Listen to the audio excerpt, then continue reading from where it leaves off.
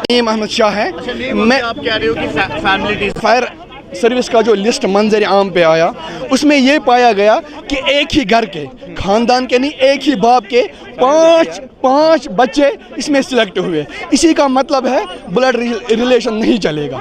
اور اس 5 جو بھائی لگے ہیں اس کے اور 5 کزنز لگے ہیں, وہ ہو گئی بلڈ ریلیشن. اور فیوریٹزم کا مطلب ہے جو اس ڈپارٹمنٹ میں کام کر رہے تھے پہلے سے, انہوں نے بہت سارے بچوں کو اس میں سلیکٹ کیا جنہوں نے پیپر تک سبمٹ نہیں کیا. اسی کا مطلب ہے فیوریٹزم. یہ فائر اینڈ ایمرجنسی سروس کا سب سے بڑا گھوٹالہ ہے سنس جب سے کشمیر وجود میں آیا ہے, تب سے یہ سب سے بڑا گھوٹالہ ہے.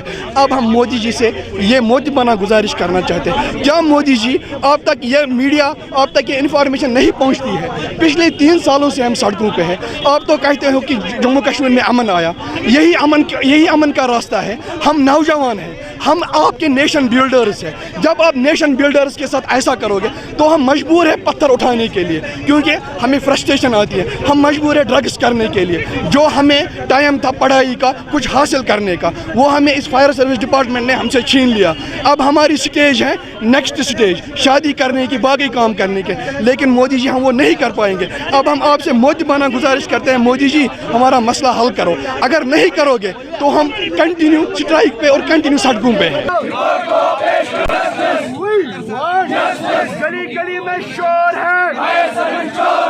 جی, میرا نام مدثر ہے. I am the aspirant of this fire and emergency services. ہم نے 2020 میں یہ ایگزام دیا تھا جس میں پوری دھاندلیاں پائی گئی ہے. اب 2020 سے جب سے یہ لسٹ منظر عام پہ آیا ہے تب سے لے کے آج تک ہم پورا لڑ رہے ہیں, سڑکوں پہ ہے. میں یہی بولنا چاہتا ہوں ہماری ایڈمنسٹریشن سے, کیا ہم اسی کے لیے بنے ہیں؟ کیا ہم اس کے لیے بنے ہیں کہ ہم ان روڈوں کے لیے بنے ہیں؟ کیا ہم نے پڑھائی اس کے لیے کی تھی کہ ہمیں ان روڈوں پہ بیٹھنا پڑے گا؟ کیونکہ جو بھی یہاں پہ لڑکے ہیں وہ نیٹ کوالیفائر ہے, PhD PG لڑکے ہیں. کیا PG لڑکے یہاں پہ بیٹھیں گے اور جو 8th پاس ہے اور 10th پاس ہے وہ جا کے جابس کریں گے؟ گورنمنٹ جاب جو ہوتا ہے وہ کسی ہر ایک جو بھی سٹیزن ہوتا ہے ایک اسٹیٹ کا, اس کا حق ہوتا ہے اور اس کو فیئرلی ان کو دینا چاہیے. لیکن ایسا نہیں ہوتا ہے. اب ہم پچھلے 3 سالوں سے ایڈمنسٹریشن نے ہمیں سمجھ کے رکھا ہے. کیا ہم پاگل ہیں؟ کیا ہم 3 سال سے ان کو یہ سمجھ نہیں آ رہے ہیں کہ یہ لڑ رہے ہیں؟ کیا اگر اب ان کو یہ نہیں بولنا ہے کہ ہمیں اس میں کوئی دھاندلی پائی نہیں ہے ہم نے, تو کم سے کم ہمیں یہ تو بولے کہ ہم نے اس میں کوئی دھاندلی پائی ہی نہیں ہے, تو ہم کوئی رپورٹ تو سبمٹ کریں, آپ اپنے گھروں میں بیٹھو. کم سے کم ہمارا اتنا یہ ٹائم ویسٹ نہ کرے. 2000 2022 میں جو کمیٹی ہے گورنر صاحب نے بٹھائی ہے, 3 ممبر کمیٹی تھی. اس کو یہ دیکھنا تھا کہ اس جو ایگزام ہے اس میں اسکیم ہے کہ نہیں ہے.